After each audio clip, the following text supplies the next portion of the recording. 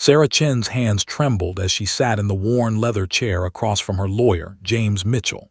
The afternoon sun streamed through the office window, casting long shadows across the mahogany desk. In front of her lay a stack of legal documents, thick, intimidating papers that threatened to tear apart the most precious relationship of her life. The header on the first page read, "Custody Petition, Michael Chen versus Sarah Chen." Her breath caught in her throat. After 3 years of raising Emma, 3 years of sleepless nights, countless scraped knees she'd kissed better, and infinite bedtime stories read with different voices for each character, it could all be taken away. The thought made her stomach churn. James adjusted his glasses and leaned back in his chair, his expression grave. He'd been handling family law cases for 23 years, and Sarah could see in his eyes that he recognized the seriousness of their situation. "I'm going to be honest with you, Sarah," he said, his voice measured but not unkind. "Michael's petition is aggressive, very aggressive." Sarah's fingers dug into the armrest of the chair. "But I'm Emma's mother. I've been there every single day. Michael, he travels for work. He's missed more than half of Emma's life." "That's true," James acknowledged, pulling out a yellow legal pad. "But Michael's lawyers, he hired the Riverside firm, which is one of the best in the state. They're not focusing on presence. They're focusing on your mental health." The words hung in the air like a death sentence. Sarah felt her chest tighten. "My mental health is stable. I've been in therapy for 2 years. I'm on medication that works. I'm fine." "I know you are," James said gently. "But Michael's claiming that your depression and anxiety have made you an unfit parent. He's arguing that you've abandoned Emma during your episodes, that you've been unavailable emotionally, and that he can provide a more stable environment." Sarah stood up abruptly, unable to sit still. She walked to the window, her arms wrapped around herself. Outside, the city hummed with life, people walking, laughing, living their normal lives. How could the world continue as if hers wasn't falling apart? "That's not fair. That's not true. I've never abandoned Emma, not once." "Sarah," James said carefully, "I believe you. But we need to understand what evidence Michael has. What's he planning to present?" Sarah turned back to face him. "He doesn't have evidence because there is none. Yes, I struggled with postpartum depression after Emma was born. Yes, there were nights when I cried myself to sleep, but I was always there for her. Always." She could see the concerned look in James's eyes deepen. He gestured for her to sit back down. "Tell me about those nights. Tell me everything. I need to know what we're dealing with before Michael's lawyers use it against us." Sarah returned to the chair, feeling smaller than before. "When Emma was born, something broke inside me. The doctors said it was postpartum depression. Michael didn't understand it. He thought I was being dramatic." She paused, her voice dropping. "One night Emma wouldn't stop crying. She was colicky. She'd been crying for hours. I was exhausted, desperate. I put her in her crib safely and went into the bathroom and just cried. I sat on the bathroom floor for maybe 20 minutes. Michael found me there and said I was falling apart, that I wasn't capable of being a mother." James wrote furiously on his pad. "Did he ever threaten custody at that time?" "No," Sarah said. "Not directly, but he would make comments. He'd say things like, 'Maybe you're not cut out for this,' or 'Emma would be better off if I had full custody.' After about 6 months, I finally got help. I started therapy, started medication. Things got so much better." "That's good," James said. "That shows you were proactive about your mental health. That's a strength, not a weakness." He set down his pen. "Sarah, I need to ask you something, and I need you to be completely honest with me. Has Michael ever been abusive toward you? Verbally, physically, emotionally, any of it?" Sarah's eyes filled with tears. "Emotionally, yes, constantly. He used my mental health struggles against me. He'd throw them in my face during arguments. He made me feel like I was broken, like I was failing Emma. He'd say things like, 'At least I'm a stable parent,' or 'This is why we can't leave Emma alone with you.' It was constant." James nodded, making more notes. "And Emma, has she witnessed these arguments?" "Yes," Sarah whispered. That's what haunts me. She's heard him say these things, she's seen me cry, God, what if she thinks these things are true? What if she thinks I'm a bad mother? She doesn't, James said firmly. But we'll need to document everything. Michael is playing a dangerous game here, Sarah. He's weaponizing your mental health history against you, and frankly, it's unethical. But that doesn't mean it won't be effective. Sarah felt a chill run down her spine. How can we fight something like that? We'll present evidence of your recovery, James said. Your therapist's testimony will be crucial. We'll need letters from people who can speak to your character and your parenting. But Sarah, he paused, choosing his words carefully. We need to be prepared for the worst-case scenario. Michael's petition could result in shared custody, or in extreme cases, if his lawyers are particularly vicious, he could push for supervised visitation only. The room seemed to spin. Supervised visitation. The idea of only being able to see Emma under the watch of a court-appointed supervisor was unbearable. No, that can't happen. I'm a good mother. Emma is happy. She's healthy. She knows I love her. I know this, James said, his voice full of compassion. And we're going to fight like hell to make sure the judge understands that too. But we need to be strategic. I'm going to file a motion to dismiss his petition based on insufficient evidence, but I'm not optimistic about it. More likely, the judge will schedule a hearing, and we'll have to present our case. Sarah felt tears streaming down her face now. 3 years of waking up to Emma's giggle, of singing silly songs, of teaching her colors and numbers, of holding her when she fell and scraped her knee. Was it all going to be taken away? When? She asked. When will the hearing be? Based on the current docket, probably within 6 to 8 weeks, James said, which gives us time to prepare. But Sarah, we need to start immediately. I'm going to need you to gather everything, journal entries, photos, any documentation of parenting activities, school records, medical records showing your treatment and progress. Everything. Sarah nodded numbly. Okay, I can do that. And Sarah, James said, meeting her eyes directly, you need to stay on your medication. You need to continue therapy. You need to be the best version of yourself every single day. Because Michael is going to be watching, and his lawyers are going to be ready to pounce on any sign of instability. As Sarah left James's office an hour later, her legs felt weak. The weight of what lay ahead pressed down on her shoulders. Outside the office building, the afternoon had turned gray. She got into her car and sat there, unable to move, unable to think. All she could picture was Emma's face, her beautiful daughter's smile, her curious eyes, the way she said "Mama" in that perfect little voice. This custody battle would determine whether Sarah got to keep that voice in her life, whether she got to keep raising the child she'd carried in her body and nurtured with every fiber of her being. Everything was at stake. The upcoming court hearing wasn't just about custody. It was about proving that Sarah Chen was a good mother, that her mental health struggles didn't define her, and that her bond with Emma was worth fighting for. She had no idea that in just 6 weeks, in that courtroom, everything would change in the most unexpected way possible.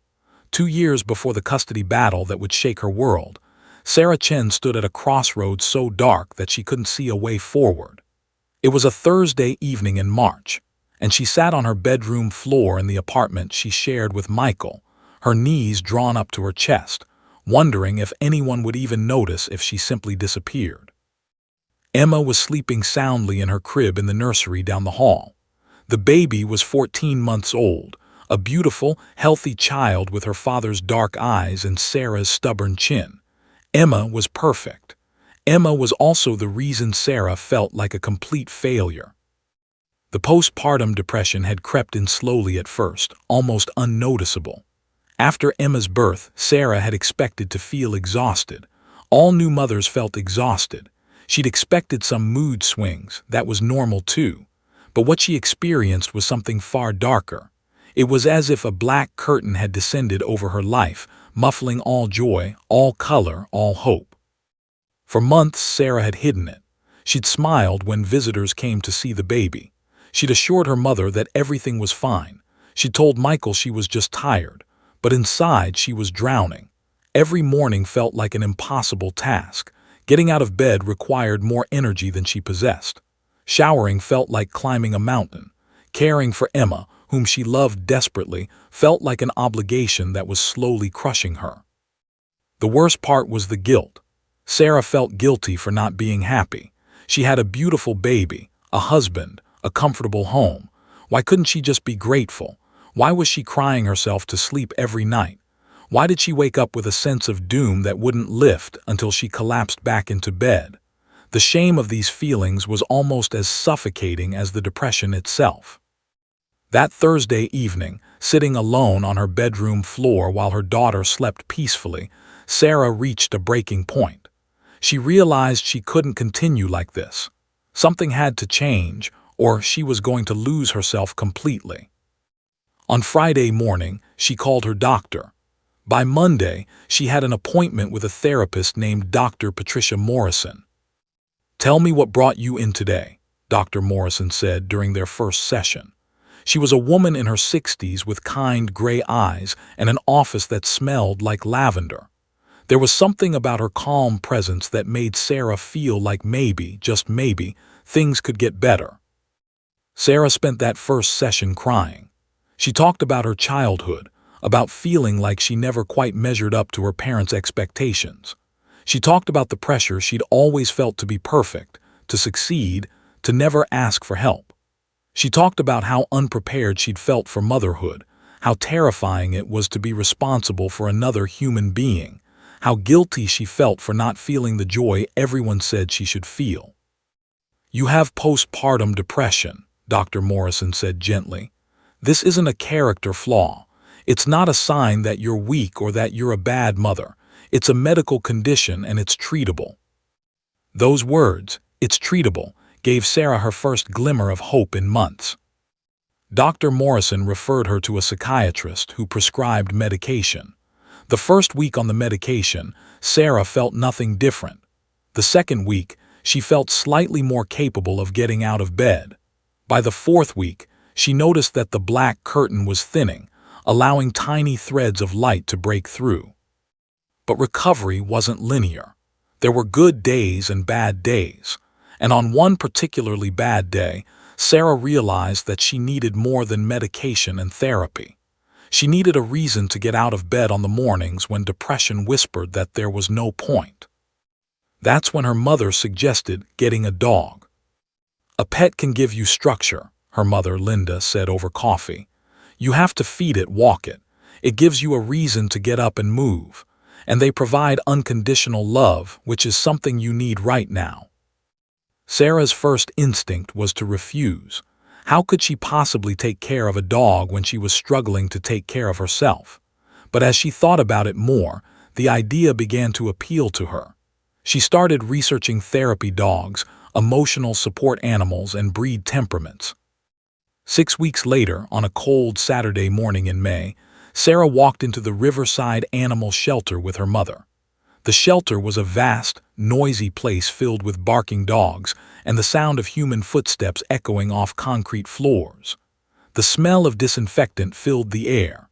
It was overwhelming at first, but Sarah pushed through, determined to find her lifeline. She walked past kennels filled with energetic dogs jumping and barking, desperate for attention. Most of them were too young, too high energy for what Sarah needed. Then she rounded a corner and saw her. Bella was in a back kennel, away from the chaos of the other dogs. She was a 3-year-old golden retriever with a soft coat the color of honey, but what struck Sarah most was the dog's eyes. Bella was looking at her with such gentle intelligence, such calm understanding, that Sarah felt tears spring to her eyes. According to the shelter volunteer, Bella had been surrendered by her previous owner due to a divorce. The woman had loved the dog but couldn't care for her. Bella had been at the shelter for 3 months, waiting for the right home.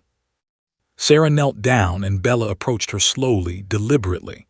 The dog rested her head against Sarah's chest, and Sarah wrapped her arms around the animal, breathing in the warmth and solidness of her. In that moment, something shifted. Sarah felt less alone. "I'll take her," she said to the shelter volunteer, her voice thick with emotion.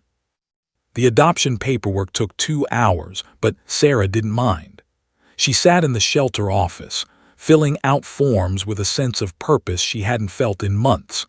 When everything was finalized, she clipped a new leash onto Bella's collar and led her to her car. The first weeks with Bella were transformative. Sarah established a routine: morning walks before Emma woke up, afternoon walks while Emma napped, evening walks after Michael came home from work.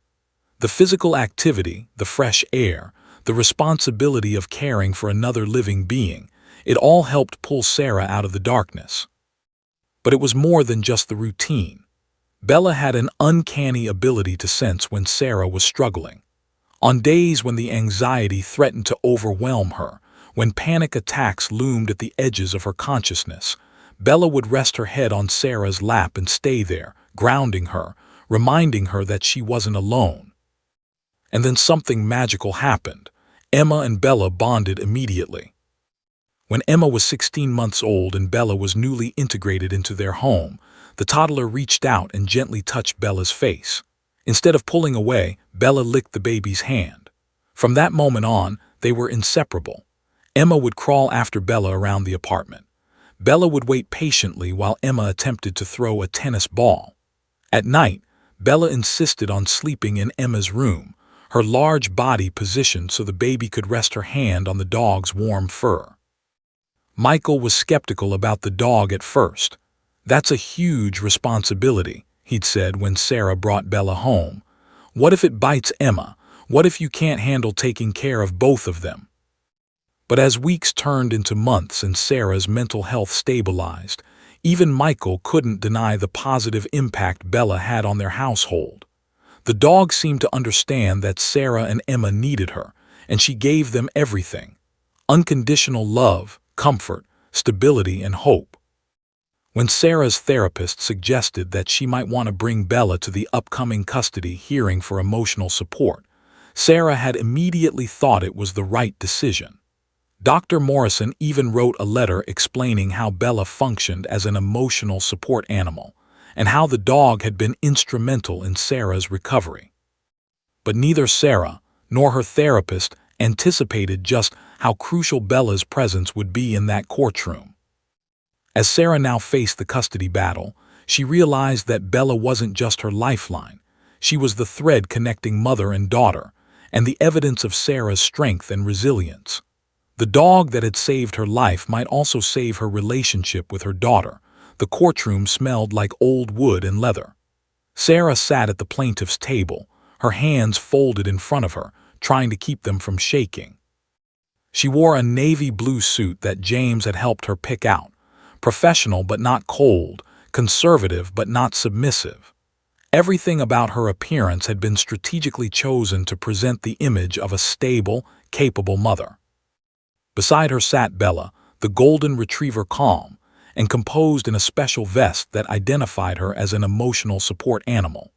The judge had reluctantly approved Bella's presence after reviewing Dr. Morrison's letter, but Sarah could see the skepticism in his eyes. Judge Harold Richardson was a man in his early 60s with steel-gray hair and a reputation for being tough but fair. He'd already made his initial assessment of Sarah, and she worried it wasn't favorable. Across the courtroom sat Michael with his legal team. Michael looked almost unrecognizable from the man Sarah had married 10 years ago. He'd lost weight, adopted a sharp new haircut, and wore an expensive suit that screamed confidence. More troubling was the expression on his face, a cold, determined look that suggested he truly believed he was doing the right thing. Michael caught her eye and smiled slightly, the kind of smile a predator gives before the strike. His lawyer, Bradford Sinclair, stood to deliver the opening statement. Sinclair was in his late 50s, with the bearing of someone who'd won every case he'd ever fought. His voice was smooth, persuasive, dangerous. He wore his gray pinstriped suit like armor. "Your Honor," Sinclair began, his voice carrying the weight of absolute certainty, "we are here today to protect the welfare of Emma Chen, a 3-year-old child who deserves stability, consistency, and emotional security." Unfortunately, her mother, Sarah Chen, has demonstrated a pattern of instability and neglect rooted in untreated mental health issues. Sarah's stomach dropped, untreated. She'd been in therapy for 2 years, she'd been on medication, she'd done everything right. Sinclair continued, packing in front of the judge with practiced precision. The evidence will show that Ms. Chen has abandoned her daughter on multiple occasions to deal with her depression and anxiety. We will demonstrate that she has prioritized her own emotional struggles over her child's need for a stable, present parent. We will show that Mr. Chen, a successful business executive with a stable income, a stable home, and a stable emotional state, is far better equipped to provide the secure environment that young Emma deserves. Sarah wanted to stand up and scream that it was all lies. She'd never abandoned Emma, not once. But James's hand found hers under the table, squeezing it gently, warning her to stay calm and composed. Judge Richardson made a note on his pad, his expression unreadable. Sinclair described in vivid, damning detail the night Sarah had sat on the bathroom floor crying while Emma was in her crib. He made it sound like Sarah had left the baby alone for hours, when in reality it had been less than 30 minutes. He painted a picture of a woman so consumed by her mental illness that she was incapable of being a good mother. "We will hear testimony," Sinclair said, "from Mr. Chen about numerous occasions where Ms. Chen was too emotionally unstable to perform basic parenting duties. We will hear about nights where she would lock herself in the bedroom, unable to face her responsibilities.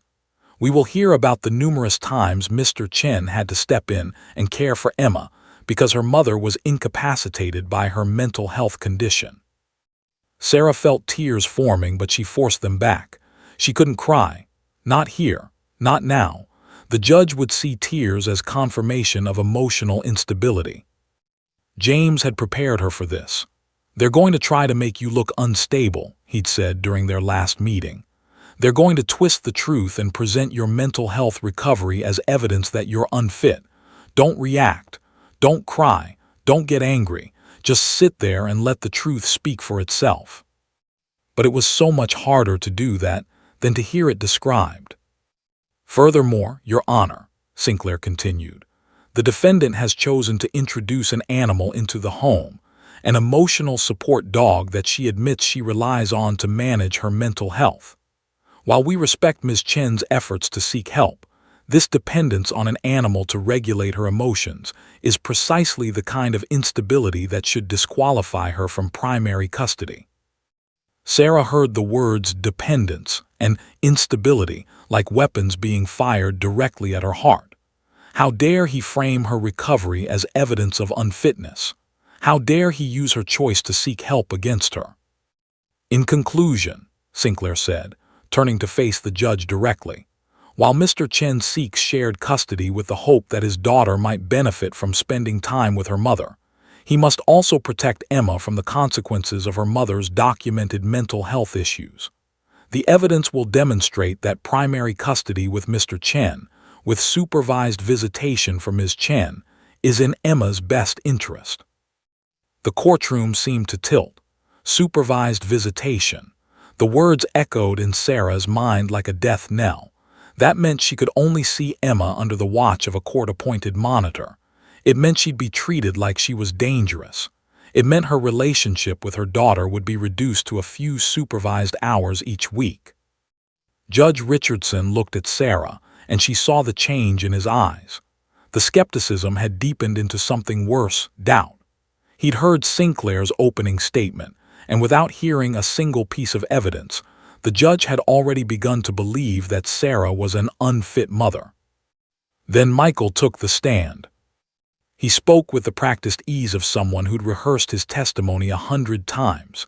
He talked about times Sarah had episodes, about how unpredictable her moods were, about how frightening it was for Emma to see her mother struggling. He spoke with what sounded like genuine concern, like a man who'd been forced into this position, who was doing this for Emma's sake, not his own. "I love Sarah," he said at one point, his voice thick with emotion. But I have to accept the reality of her condition. She needs help, professional help, more help than she's currently getting. And until she's truly stable, Emma can't be solely dependent on her." Sarah wanted to scream. The Michael on the stand bore no resemblance to the Michael who'd called her crazy in front of their daughter, who'd thrown her mental health in her face every time they argued, who'd systematically undermined her confidence as a mother. James stood up to cross-examine Michael, and he did a good job of poking holes in Michael's testimony. He got Michael to admit that Sarah had been in therapy, on medication, and that her condition had significantly improved. But the damage had already been done. Judge Richardson's expression remained skeptical. During the lunch break, Sarah couldn't eat. She sat in a small conference room with James and Bella, petting the dog mechanically while her lawyer explained the strategy for the afternoon. "It's not going as badly as it looks," James said, but she could hear the concern in his voice. "We haven't presented our evidence yet. Your therapist will testify. We have character witnesses. We'll turn this around." But Sarah's confidence was shattered.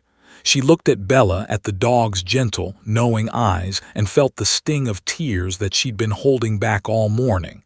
"What if he's right?" she whispered. "What if I'm not good enough?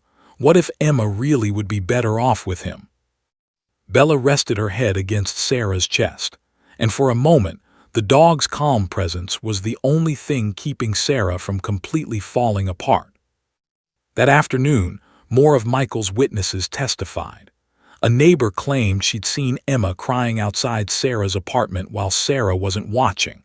A woman from Michael's office testified that he frequently mentioned his concerns about Emma's mother. Each testimony was another brick in the wall that was being built against her. By the end of the day, Sarah felt utterly defeated. As she left the courthouse with Bella and James, she couldn't shake the feeling that she'd already lost. The judge's expression had shifted from skepticism to something that looked like judgment. Everything Sarah had worked so hard to build, her recovery, her mental health, her relationship with her daughter, felt fragile and insubstantial in the face of Sinclair's skilled attacks. Emma was waiting at her mother's house, where Sarah had arranged childcare. When Sarah walked in, Emma ran to her with open arms, but Sarah could barely hold her. All she could think was, "How many more days like this until the judge takes her away from me?" The second day of the hearing began with a sense of foreboding that Sarah couldn't shake. She'd barely slept, spending most of the night staring at the ceiling, wondering if she should simply give up. Maybe Michael was right. Maybe she wasn't stable enough. Maybe Emma would be better off with him. But then she'd thought about Emma's face, about the way her daughter looked at her with complete trust and love, and she'd pulled herself together. She had to fight. For Emma's sake, she had to fight. Sarah arrived at the courthouse early, taking a long walk with Bella before heading inside. The autumn air was crisp, and the morning sun cast long shadows across the park near the courthouse. Bella walked beside her, steady and grounding, a reminder that Sarah wasn't alone in this battle. "Wish me luck, girl," Sarah whispered, running her hand over Bella's soft head. The dog looked up at her with those ancient, knowing eyes, and Sarah felt a surge of determination. She could do this. She would do this. Inside the courtroom, Judge Richardson was already seated, looking over his notes from the previous day. Michael's legal team occupied their table with an air of quiet confidence. They'd won the first day decisively, and they knew it. James called Sarah's first character witness, her neighbor Margaret, a retired teacher who lived in the apartment above Sarah's and had known both Emma and Sarah for almost 2 years. Margaret testified eloquently about Sarah's dedication as a mother. "I see them every day," Margaret said from the witness stand. "Sarah reads to Emma, plays with her, takes her to the park. She's attentive, loving, and genuinely committed to her daughter's well-being. I've never seen anything that would concern me about Sarah's parenting." It was helpful testimony, but Sinclair's cross-examination was vicious. He suggested that Margaret only saw Sarah on her good days, that she had no idea what happened behind closed doors. He planted seeds of doubt about whether Sarah's public persona matched her private reality. Next came Dr. Patricia Morrison, Sarah's therapist. She was a composed, professional woman who spoke with authority about Sarah's mental health journey. She described the severity of the postpartum depression, but more importantly, she explained Sarah's remarkable recovery and her commitment to treatment. "Sarah came to me at a very dark place," Dr. Morrison testified. "She was struggling significantly, but over the past 2 years, I've watched her not only recover but thrive. She's one of the most dedicated patients I've worked with. She's been consistent in her treatment, honest about her struggles, and deeply motivated by her love for her daughter." "Do you believe Sarah's mental health issues affect her ability to be a good mother?" James asked. "Not in the slightest," Dr. Morrison said firmly.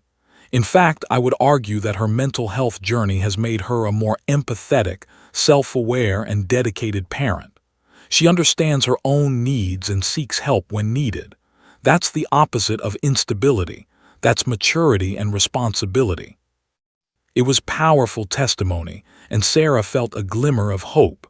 But then Sinclair stood up for cross-examination, and that hope began to crumble. "Dr. Morrison," Sinclair began smoothly, "isn't it true that Ms. Chen relies on an emotional support animal to manage her mental health?" "She does," Dr. Morrison acknowledged. "Many people benefit from emotional support animals." "And would you say that needing to depend on an animal to regulate her emotions is a sign of stability or instability?" "I would say it's a sign of someone taking responsibility for her mental health," Dr. Morrison replied carefully. "But I understand your implication, and I would argue it's a mischaracterization." The battle went on like this for another 20 minutes. By the time Dr. Morrison was dismissed, the damage had been done. Sinclair had managed to turn Sarah's recovery and her use of an emotional support animal into evidence of continued mental instability. It was now mid-morning and the courtroom had become stuffy and oppressive. Sarah sat at her table feeling utterly defeated. James leaned over and whispered, "We have more witnesses. We're building our case." But Sarah wasn't sure any of it mattered. The judge's expression hadn't changed. He still looked skeptical, still looked like he'd already made up his mind. That's when Emma began to stir. Sarah's mother had brought Emma to the courthouse in the gallery. The 3-year-old had been quiet all morning, sitting with her grandmother and coloring in a book that Sarah's mother had brought. But as the morning wore on, Emma grew restless. She fidgeted with her crayons, swung her legs under the bench, and kept looking toward the table where her mother sat. Sarah could see the exact moment Emma's patience reached its limit. The little girl set down her crayons and stood up, tugging on her grandmother's sleeve. Sarah's mother tried to gently coax her back down to her seat, but Emma was determined. The child's eyes were fixed on her mother. Judge Richardson noticed. His gaze shifted from his notes to the small girl standing in the gallery. "What's going on back there?" the judge asked, his tone suggesting mild annoyance. Sarah's mother stood up quickly. "I apologize, Your Honor. My granddaughter is a bit restless. I'll take her out of the courtroom."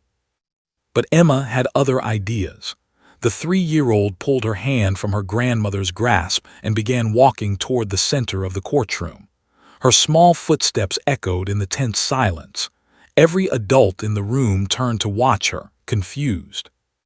"Emma, come back," Sarah's mother whispered urgently, trying to follow her granddaughter. But Emma ignored her. The little girl walked directly toward the plaintiff's table where her mother sat. Sarah's heart began to race. What was Emma doing? Michael leaned over and whispered something to Sinclair, who immediately stood up. "Your Honor, with all due respect, this is highly irregular. A small child has no place in a custody proceeding." Judge Richardson held up his hand, his expression now deeply curious rather than annoyed. "Let's see where this is going," he said quietly. Emma reached the plaintiff's table and looked up at her mother with those dark, serious eyes. "Mommy," she said clearly, "can I talk?" Sarah's throat tightened. She looked at James, who looked equally confused. She looked at the judge, who was leaning forward in his chair now, his full attention on the small child. "Your Honor," James started, "I'm not sure." "Let the child speak," Judge Richardson interrupted, his voice soft but commanding. "If she wants to say something, I'd like to hear it." Michael's lawyer was on his feet. "Your Honor, this is completely inappropriate. Children cannot testify in custody cases, especially not without proper legal representation or guardians ad litem present." "The child isn't being called as a formal witness," the judge said, his tone shutting down further objection. "She's simply expressing herself. I think we should hear what she has to say." Sarah felt tears burning at the back of her eyes as Emma reached up and took her mother's hand. The little girl's grip was small but firm, anchoring Sarah to this moment. "Your Honor," Judge Richardson said gently, looking at Emma with an expression that had softened considerably, "what is your name?" "Emma," the child said, her voice small but clear. "Emma, do you know what's happening here today?" Emma shook her head. "No, but Daddy says bad things about Mommy, and I don't like it." The courtroom went completely silent.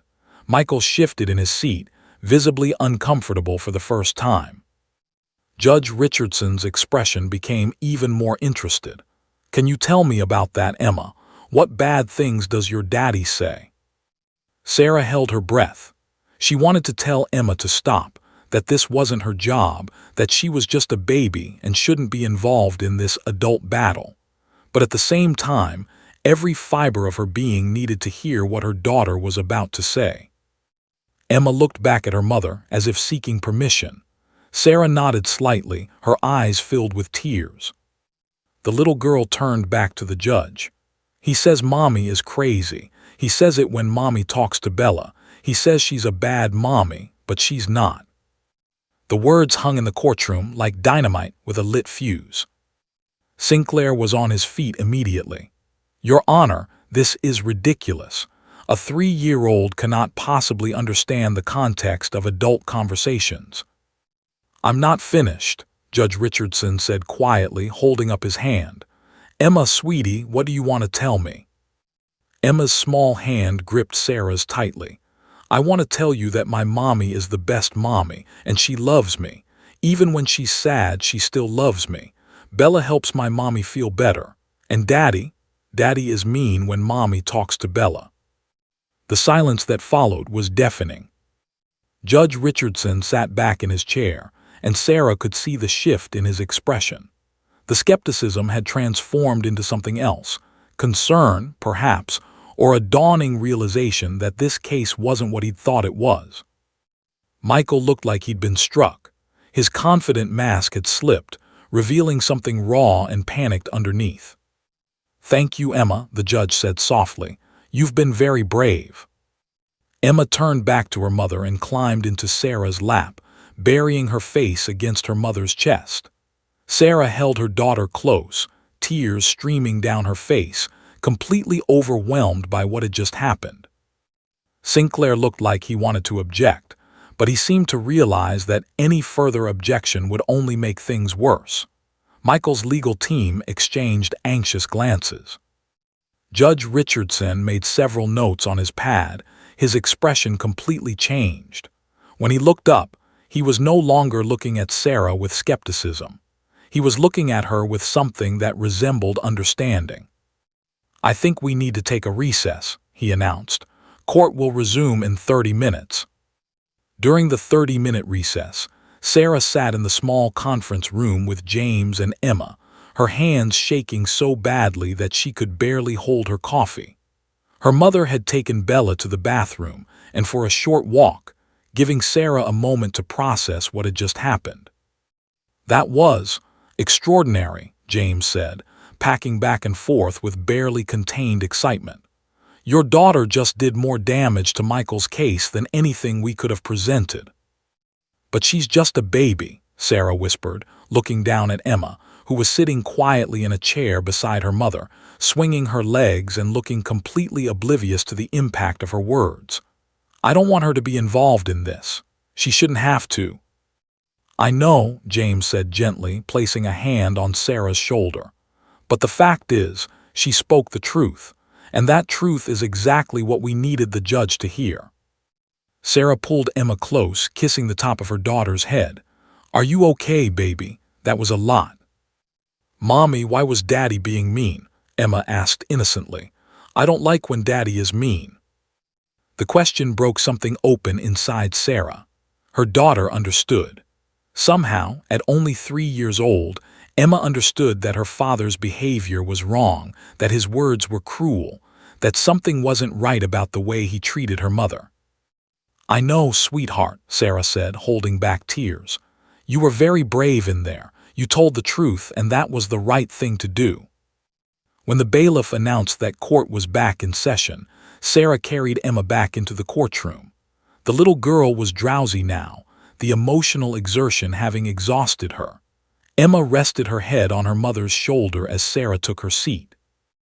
Judge Richardson was already on the bench, his expression thoughtful and concentrated. He looked different now, less like a skeptic and more like someone who was genuinely interested in uncovering the truth. I'd like to continue, the judge said, looking directly at Emma.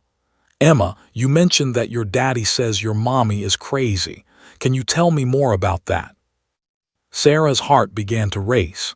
She wanted to object to protect her daughter, but she also knew that Emma's testimony was changing everything. The judge was listening, really listening.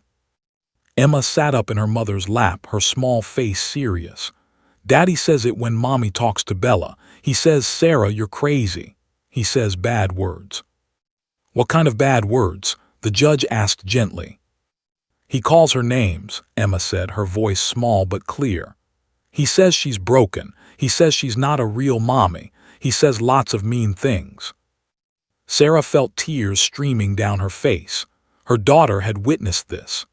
Emma had heard Michael calling her broken, had absorbed his cruelty, had internalized it as normal family conversation.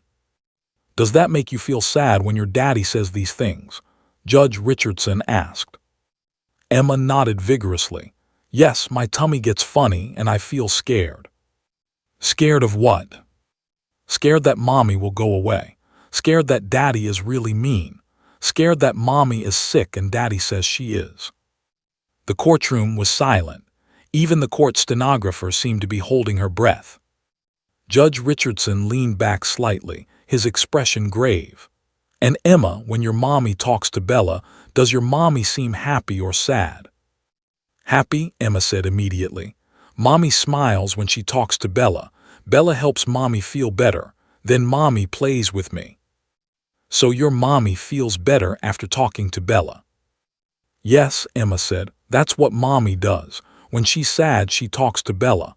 Then she's happy again, then we play together. Michael's face had gone completely white. His lawyer was frantically whispering to him, but Michael didn't seem to hear. He was staring at his daughter with an expression Sarah had never seen before, something between shock and realization. Emma, the judge continued, do you love your mommy? The question seemed almost absurd in its simplicity, but it was perhaps the most important question of the entire hearing. I love Mommy so much, Emma said, throwing her small arms around Sarah's neck. Mommy is the best. She reads to me. She sings to me. She plays with me. She tucks me in at night and tells me she loves me. Sarah buried her face in her daughter's hair, unable to contain her sobs. The emotions she'd been holding back for months, the fear, the uncertainty, the pain of being accused of failing the person she loved most, all came pouring out.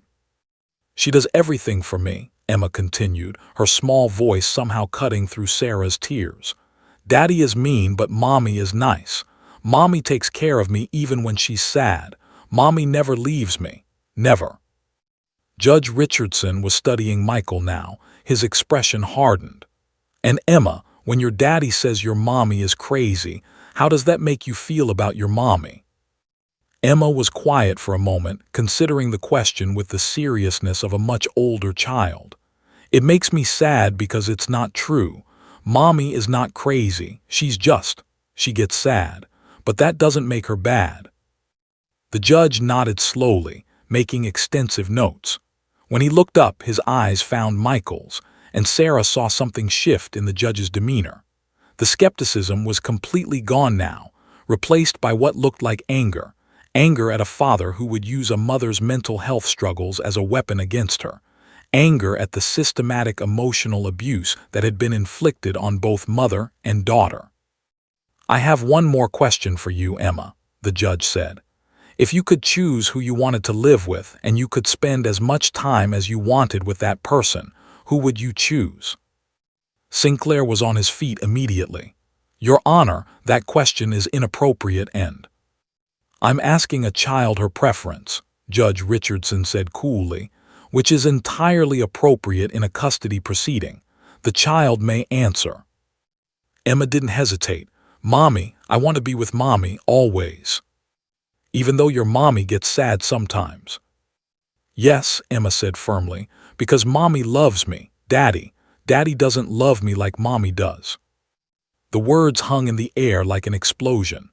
Michael made a sound, something between a gasp and a groan, and put his face in his hands. "Thank you, Emma," Judge Richardson said softly. "You've been very honest and very brave. You can go sit with your grandmother now." Sarah's mother came forward and gently led Emma back to the gallery, where she immediately climbed into her grandmother's lap. Sarah watched her daughter go, her heart both breaking and soaring at the same time. Judge Richardson looked at the courtroom. His expression was one of barely contained disappointment and anger. "Let's talk about what I just witnessed," he said, his voice low and dangerous.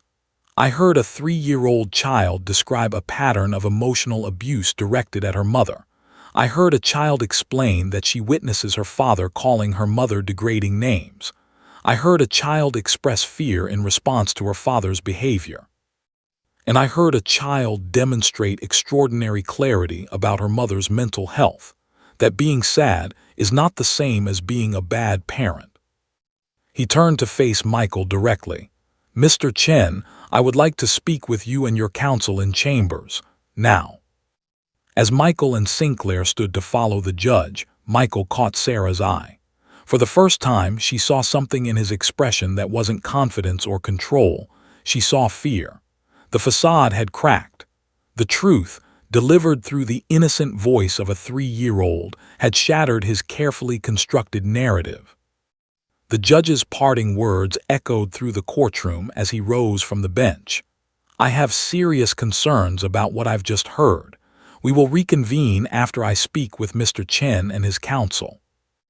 As the judge disappeared into his chambers with Michael and his lawyer, the entire courtroom seemed to release a collective breath. Sarah sat at her table, her hands still shaking, her mind reeling from what had just transpired. James leaned over and squeezed her shoulder. "He's going to drop the case," he whispered. "The judge just realized what this is really about." Sarah couldn't speak. She could only watch as the man who had tried to take her daughter away was led out of the courtroom, stripped of his confidence, exposed by the simple, devastating truth told by the person he tried to use against her own mother. The chambers meeting lasted 45 minutes. During that time, Sarah sat in the courtroom, her leg bouncing nervously as she waited. Michael's legal team had left the building. Sinclair's assistant had come to collect their files. Whatever was happening behind that closed door was going badly for Michael. That much was clear. When Judge Richardson returned to the bench, he was alone. He took his seat and looked out at the courtroom with an expression of stern resolve. "We're going to take a different approach," he announced. "Mr. Chen and his counsel have requested a recess to reconsider their position. We will reconvene tomorrow morning at 9 o'clock. The courtroom erupted in whispers. James stood up immediately. "Your Honor, if I may ask." "You may not," the judge said firmly. "This hearing is temporarily suspended. All parties will return tomorrow morning prepared to discuss the implications of today's testimony." As the gavel came down, Sarah felt something shift inside her. The judge's expression, the way he dismissed Michael, the sudden change in strategy, it all suggested that the tide had turned decisively in her favor. That evening, Sarah sat with her mother and Emma in her apartment. Emma was watching an animated movie, completely oblivious to the seismic shift that had occurred in her family's fate. Sarah's mother made tea while Sarah sat on the couch, mechanically petting Bella, who seemed to sense her owner's emotional turbulence. "You did something remarkable today," Sarah's mother said, sitting beside her daughter with 2 steaming cups of tea. "That girl of yours, she's extraordinary." "She shouldn't have had to," Sarah said, her voice hollow. "She's 3 years old. She shouldn't know about any of this." "But she does know," her mother said gently. "And more importantly, she understood what she needed to say. That child has watched the dynamic between you and Michael for her entire life. She's absorbed more than you realize." Sarah looked over at Emma, who was giggling at something happening on the screen. The little girl was resilient, adaptable, wise in ways that 3-year-olds shouldn't have to be. The next morning, Sarah arrived at the courthouse with a sense of trepidation. She didn't know what to expect. Would Michael's lawyers fight back harder? Would they try to discredit Emma's testimony? Would the judge believe that a 3-year-old's words should carry legal weight? The answer came quickly. When the hearing reconvened, it was clear that the dynamics had fundamentally shifted.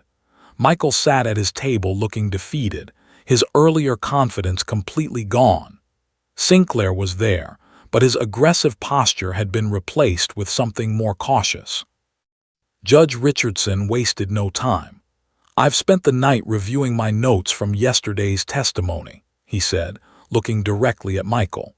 "I have significant concerns about the allegations made by the minor child.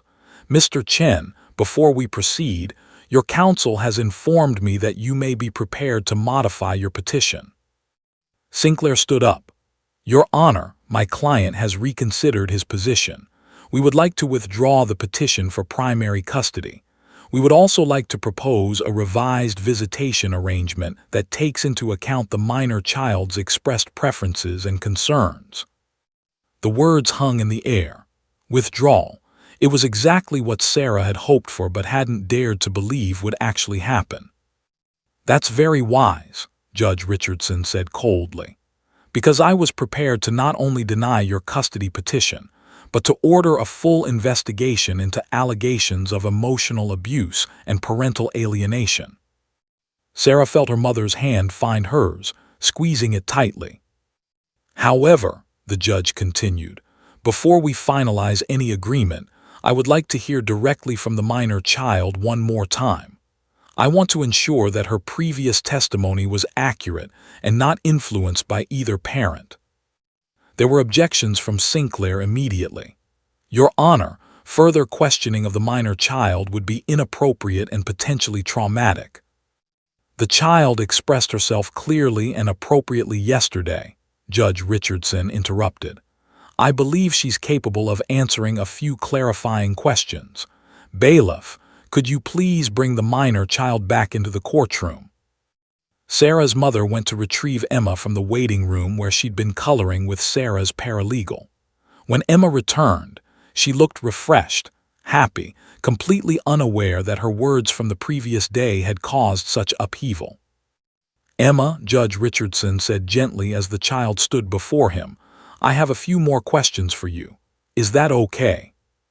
Emma nodded, looking at her mother briefly as if for reassurance. "Yesterday, you told me that your daddy says mean things to your mommy about Bella. Can you tell me some of those mean things?" Emma's small face scrunched up as she thought. "Daddy says Bella is stupid. He says mommy is crazy for needing a dog. He says real mothers don't need dogs to help them. He says mommy is broken." "Does your daddy ever say these things to your mommy when you're in the room?" "Yes," Emma said. "He says it a lot. He says it when mommy is talking to Bella about her sad feelings. He says it during dinner. He says it at bedtime." The judge made detailed notes. "And Emma, when your mommy is talking to Bella and feels better, does your mommy take care of you?" "Yes," Emma said with the certainty of someone stating obvious fact. "She plays with me. She reads to me. She makes me lunch. She hugs me. She tells me she loves me." Does your mommy ever leave you alone? No, Emma said firmly. Mommy is always there. Even when she's sad, she's still there with me. And your daddy, is he always there with you? Emma's expression became uncertain. Daddy travels, he's not there a lot, but when he is there, he's mean to Mommy. Judge Richardson leaned forward. Emma, I'm going to ask you something very important, and I want you to think carefully before you answer. Does your daddy ever tell you that your mommy is a bad mother? Emma nodded slowly. He says lots of times that mommy is broken and that she can't take care of me right. But that's not true. Mommy takes good care of me. Daddy is the one who's mean. There was a catch in the child's voice, a tremor of emotion that suggested this was weighing on her more than she'd previously expressed. I don't like when Daddy says Mommy is bad, because Mommy is good. Mommy is the best. Sarah felt tears streaming down her face. Her daughter was carrying the burden of Michael's abuse, had internalized his attacks, and yet still had the clarity and courage to defend her mother. Thank you, Emma, the judge said softly. You've been wonderfully honest. You can go back to your grandmother now. As Emma walked back to the gallery, Judge Richardson removed his glasses and rubbed his eyes. When he replaced them and looked at Michael, his expression was one of profound disappointment. Mr. Chen, the judge said, his voice like steel, the testimony I've heard over the past 2 days paints a very troubling picture. Your minor child has described a pattern of emotional abuse directed at her mother. She has described behavior that, in my professional assessment, constitutes parental alienation and emotional manipulation. Michael's lawyer tried to object, but the judge silenced him with a look. I'm now questioning the fitness of your client to have unsupervised custody of the minor child, the judge continued. Before I make my final determination, I'm ordering a psychological evaluation for you, Mr. Chen. I'm also ordering anger management classes. Visitation will be supervised until these evaluations are complete and until your therapist provides documentation of your progress. Michael's face had gone ashen. His hands were trembling. He looked like a man whose world had completely collapsed. Furthermore, the judge said, turning to face the entire courtroom, I want to state on the record that I was deeply troubled by the strategy employed in this case, using a parent's mental health recovery against them while simultaneously engaging in emotional abuse of that parent in front of the child. This is exactly the kind of behavior that harms children, that damages families, and that should never be tolerated by this court. Judge Richardson looked at Sarah directly. Ms. Chen, I hope you're aware that you demonstrated remarkable strength and resilience. Your commitment to your recovery, your mental health, and your daughter's well-being has not gone unnoticed by this court. Sarah couldn't speak. She could only nod, tears flowing freely now. And I want to specifically note, the judge continued, his gaze returning to Michael, that a 3-year-old child, through her innocence and honesty, revealed far more about the true dynamics of this family than any expert testimony could have. That child loves her mother. She has witnessed her father's cruelty, and she has, quite courageously, told the truth. The judge turned to his clerk. I want a written order prepared immediately reflecting the following: primary physical custody to Ms. Sarah Chen, with supervised visitation for Mr. Michael Chen pending psychological evaluation and completion of anger management classes. No overnight visitation until further notice. As the gavel came down, Sarah felt the weight that had been pressing down on her for months finally lift. She wasn't just surviving this battle, she was winning it. Not because of her lawyers or her witnesses, but because of the extraordinary courage of her daughter, who had simply told the truth. As the gavel came down with a finality that echoed through the courtroom, Michael Chen seemed to age 10 years in an instant. His shoulders slumped, his face went gray, and he stared at the table in front of him as if he couldn't quite comprehend what had just happened. The man who had walked into this courtroom convinced that he would win, that his narrative would prevail, that his daughter would be taken from her mother. That man had just been completely and utterly destroyed by a 3-year-old's honesty. Sinclair began gathering his papers mechanically, his expression one of controlled fury.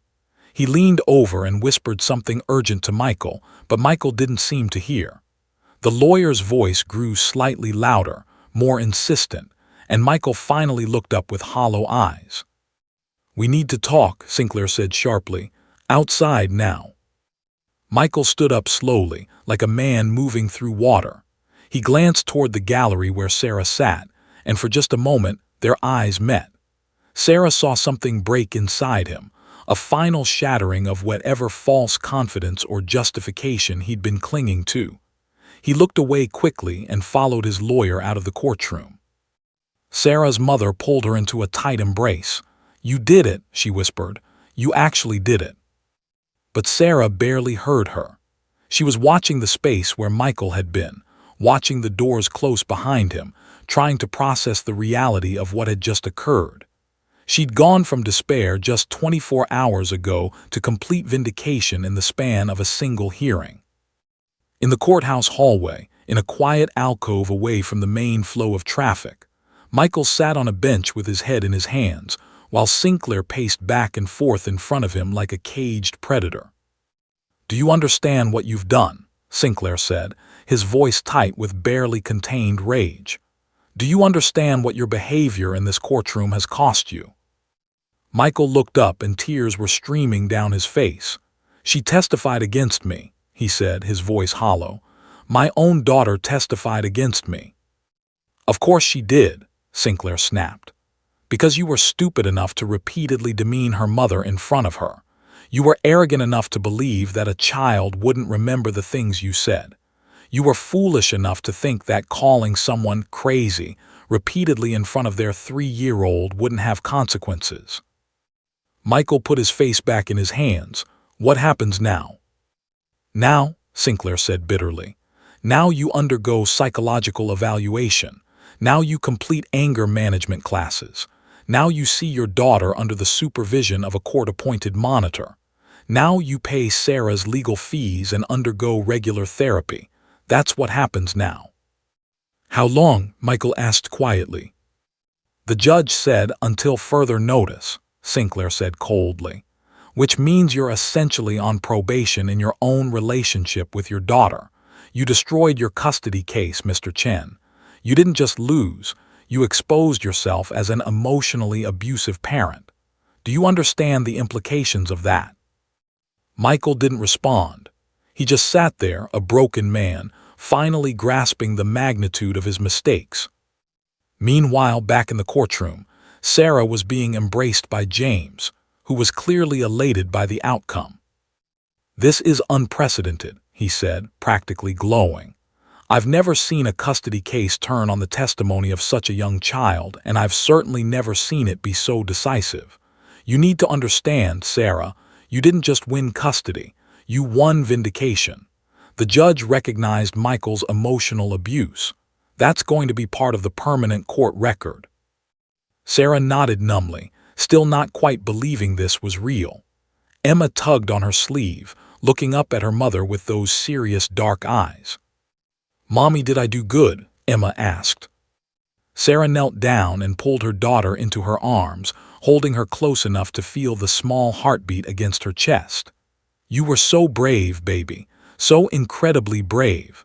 Thank you for telling the truth." "Does that mean we can stay together now?" Emma asked. "Yes," Sarah said, tears streaming down her face. "That means we get to stay together, always."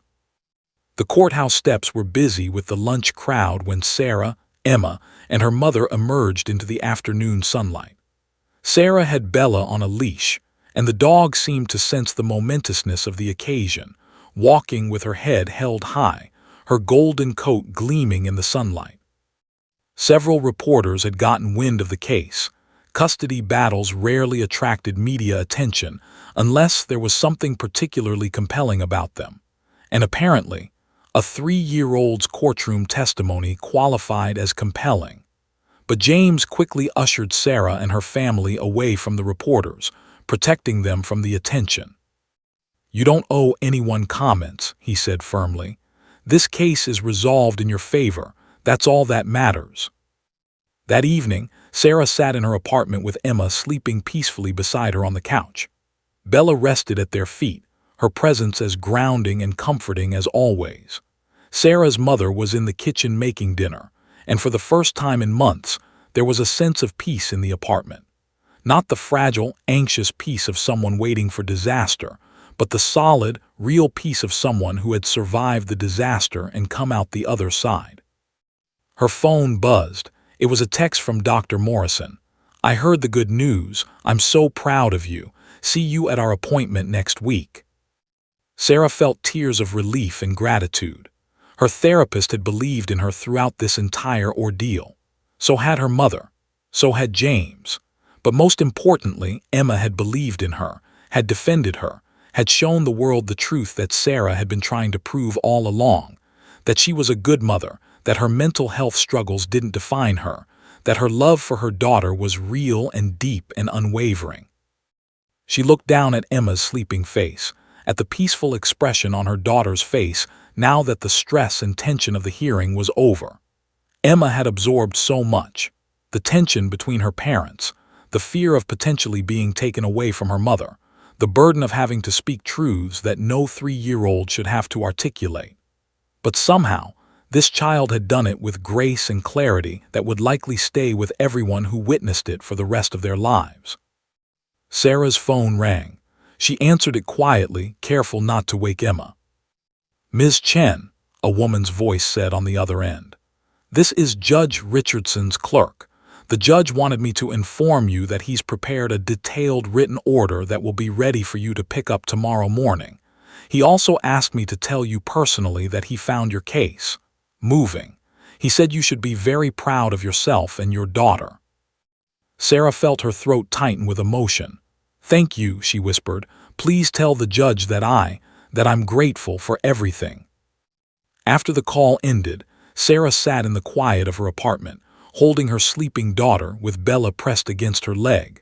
She thought about the journey that had led to this moment, the postpartum depression, the therapy, the medication, adopting Bella, falling in love with a dog who had saved her life. She thought about Michael and the sadness of how their marriage had deteriorated into something toxic and harmful. But mostly, she thought about Emma, about this remarkable child who had shown more courage and wisdom than adults 3 times her age. "We're going to be okay," Sarah whispered to her sleeping daughter. "We're going to be more than okay. We're going to be happy." Bella lifted her head and looked at Sarah with those ancient, knowing eyes, as if to affirm that yes, they would all be okay. The dog who had been Sarah's lifeline through depression had become Emma's protector, had become the symbol of Sarah's recovery, and had ultimately been the reason Emma trusted her mother enough to defend her so fiercely. As Sarah sat there in the quiet evening light, she felt something she hadn't felt in a very long time, complete certainty about the future. The custody battle was over. Michael would have to earn his way back into a meaningful relationship with his daughter through therapy and change. Sarah's mental health recovery was no longer something to be ashamed of or hidden. It was now part of the court record as evidence of her strength and commitment to her well-being. Most importantly, she and Emma were safe. They would be together. They would heal together. And with Bella beside them, they would build a life based on love instead of fear, on honesty instead of manipulation, on growth instead of stagnation. The turning point had arrived, and everything had changed. 6 weeks had passed since Emma's testimony changed everything. 6 weeks of Sarah rebuilding her life, of therapy appointments, of Emma starting preschool, of countless small moments of joy that had been absent for so long. The psychological evaluations had been ordered. Michael had been mandated into anger management classes and individual therapy. The waiting was finally over. Sarah sat in James Mitchell's office on a Wednesday morning in late November, holding the formal written judgment from Judge Harold Richardson. The document was substantial, 12 pages of detailed findings, legal reasoning, and official orders that would govern custody and visitation for the foreseeable future. "Go ahead," James said gently. "Read it. You deserve to see exactly what the judge found." Sarah opened the document with trembling hands. The language was formal and legal, but underneath it all was a narrative that validated everything she'd endured. In the opening section, Judge Richardson outlined the facts of the case with stark clarity. The minor child, Emma Chen, age 3, provided testimony that was remarkably clear and compelling. The child described witnessing her father repeatedly demean her mother, using dehumanizing language including but not limited to crazy, broken, and unfit. The child expressed fear in response to her father's behavior toward her mother.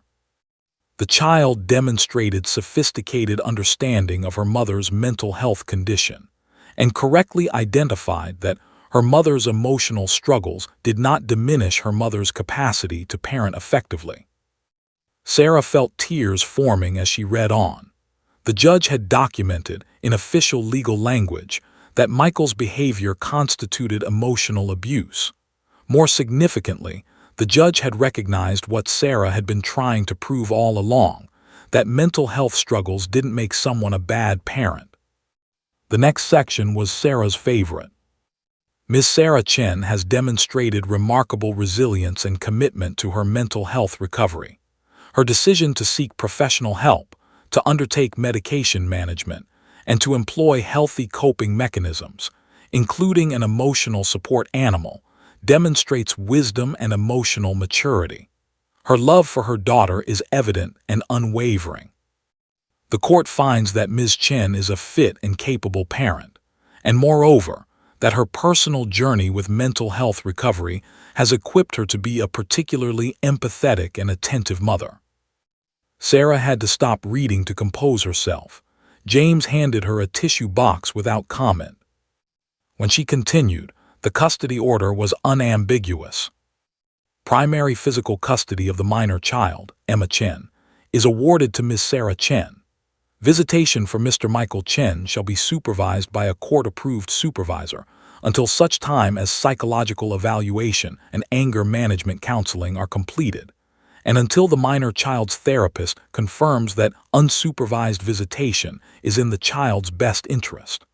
No overnight visitation is permitted during the supervised visitation period.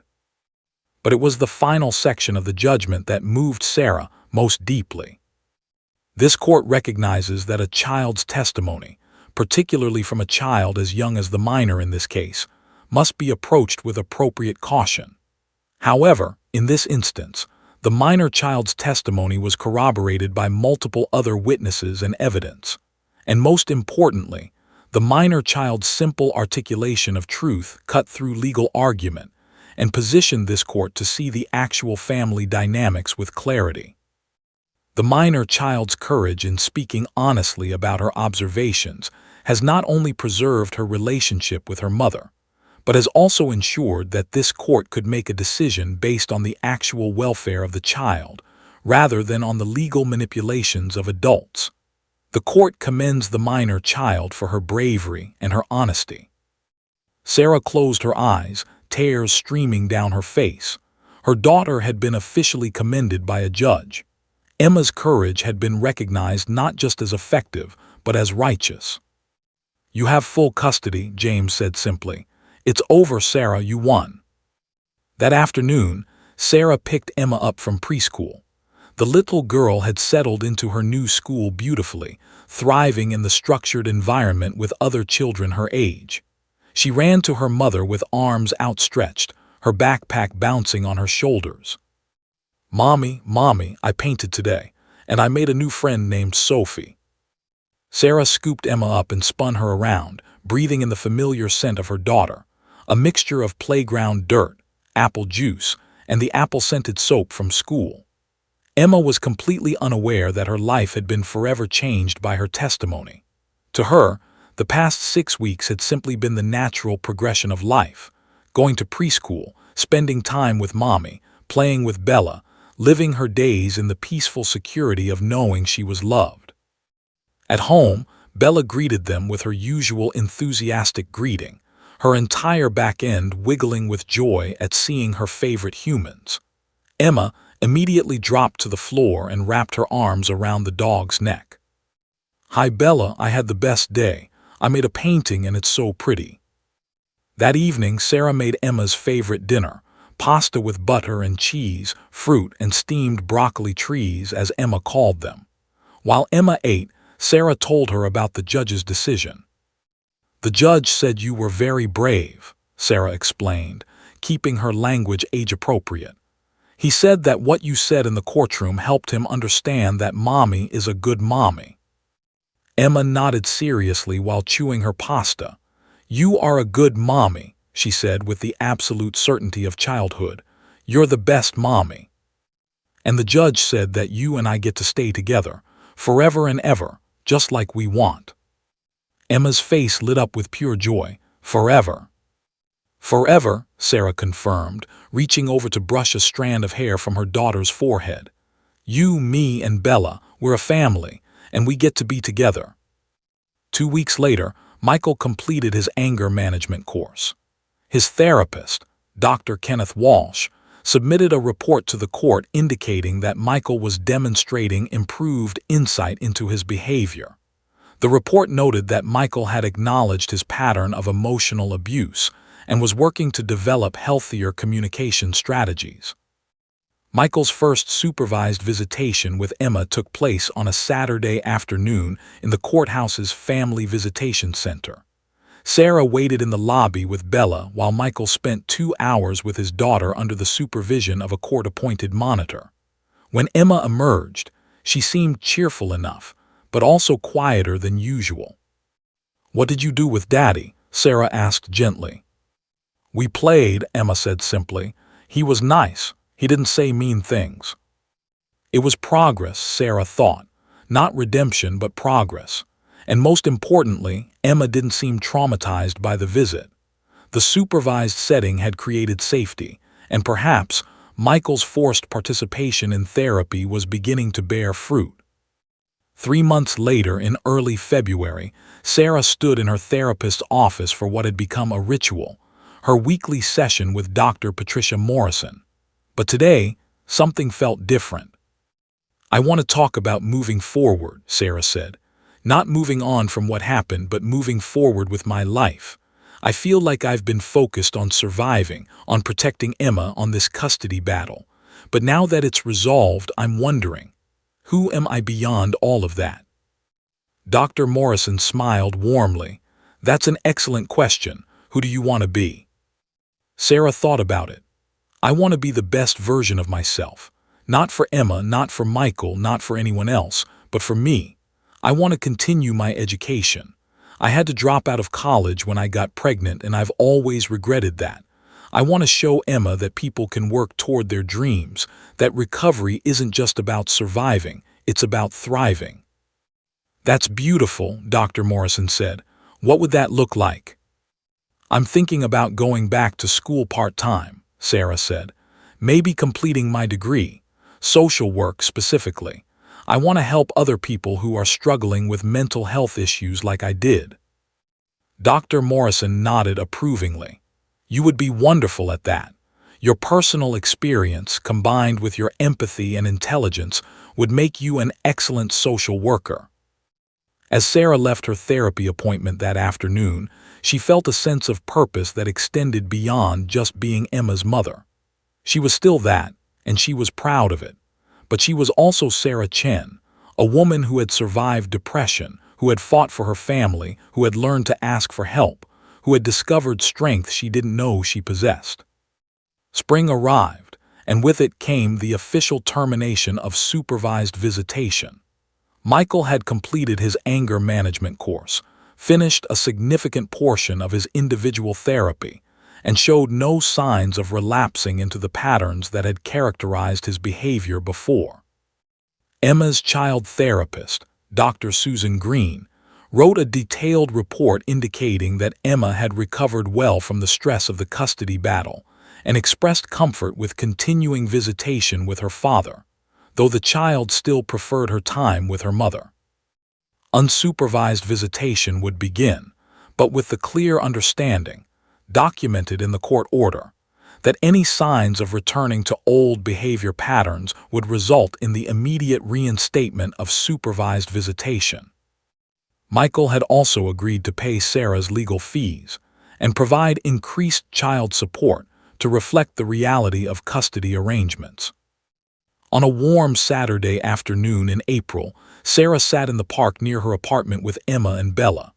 Emma was playing on the grass, running and laughing, her joy unrestrained. Bella lay beside Sarah, her head resting on Sarah's lap, exactly as the dog had been doing for the past 3 years, through the darkness, through the battle, through the healing. A woman approached Sarah on the bench, a woman who looked vaguely familiar. "Excuse me," the woman said. "Are you Sarah Chen?" Sarah looked up, slightly confused. "I'm a social worker," the woman explained. "I work with families dealing with mental health issues and custody disputes. I was in the courthouse during your hearing. I've been thinking about your case for months. The way you fought, the way your daughter spoke up, the way the judge recognized the complexity of mental health and parenting, it changed my perspective on how I work with families." Sarah felt tears spring to her eyes. "Thank you for telling me that. I also wanted to say," the woman continued, "that if you're ever interested in advocacy work or helping other families in similar situations, I know several organizations that would love to have someone with your experience." After the woman left, Sarah sat in stunned silence, Emma's laughter in the background, Bella's warmth against her leg. Life had come full circle. The very struggles that had nearly destroyed her were now positioning her to help others. That evening, as Sarah tucked Emma into bed, her daughter wrapped her small arms around her mother's neck. "I love you, Mommy," Emma said sleepily. "I love you too, baby," Sarah whispered, "so much." As she left Emma's bedroom and found Bella waiting in the hallway, Sarah felt an overwhelming sense of gratitude. She had survived. More than that, she had thrived. She had fought for her daughter, and her daughter had fought for her. Together, with the help of a dog who had loved them unconditionally, they had transformed a devastating crisis into a foundation for a beautiful future. The story that began with despair had become a story of hope. The woman who had once sat on a bathroom floor crying, wondering if anyone would notice if she disappeared, was now standing in her home, surrounded by the love of her daughter and her dog, planning her future, and preparing to help others find their way out of darkness. It was more than Sarah could have ever imagined. It was a miracle. The end.